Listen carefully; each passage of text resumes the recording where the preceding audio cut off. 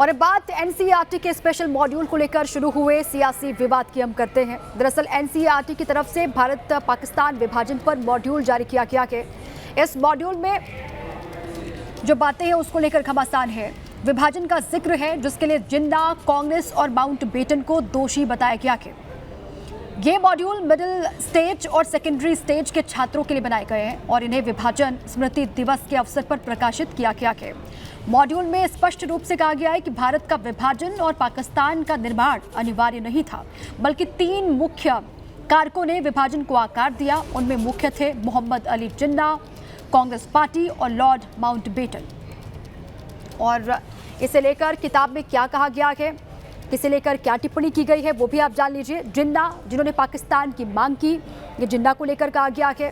कांग्रेस जिसने उसे स्वीकार किया और माउंटबेटन जिन्होंने उसे लागू किया। इसी को लेकर अब सियासी संग्राम शुरू हो गया है। इस पर प्रतिक्रियाओं का दौर लगातार अब शुरू होगा।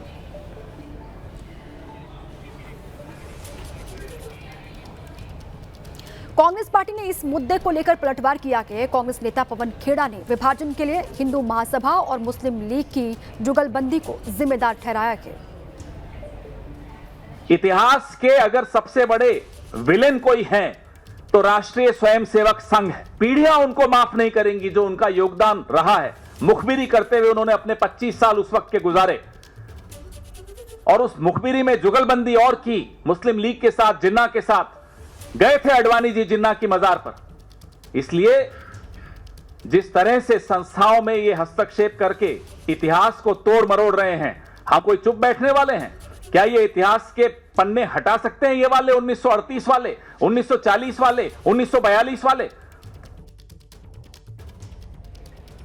ये किताब को शामिल करना चाहिए। Muslims against partition by Shamsul Islam शामिल करिए उस किताब में, पढ़ाइए कौन था।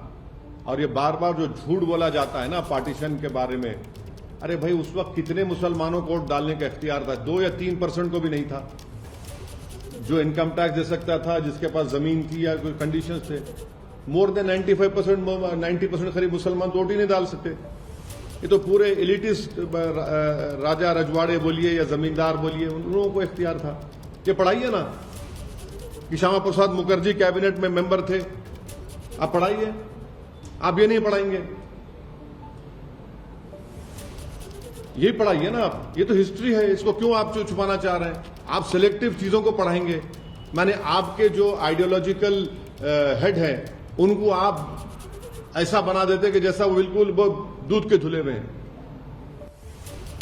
वहीं भारतीय जनता पार्टी ने विपक्षी दलों पर निशाना साधा के पंडित नेहरू और कांग्रेस पार्टी को विभाजन का जिम्मेदार बताया है।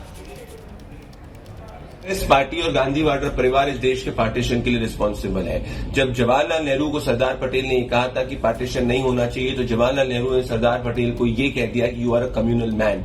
सच्चाई की बात यह है कि जवाहरलाल नेहरू की ग्रीड ऑफ पावर की वजह से इस देश का पार्टीशन हुआ।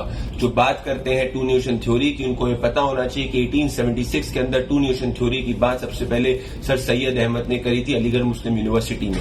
सच्चाई की बात यह है कि आज ये सब तथ्य एनसीईआरटी की टेक्स्ट बुक में जब बताए जा रहे हैं तो कांग्रेस पार्टी को इससे घबराहट हो रही है और छटपटाहट हो रही है, क्योंकि इससे कांग्रेस पार्टी का तुष्टीकरण एक्सपोज हो रहा है।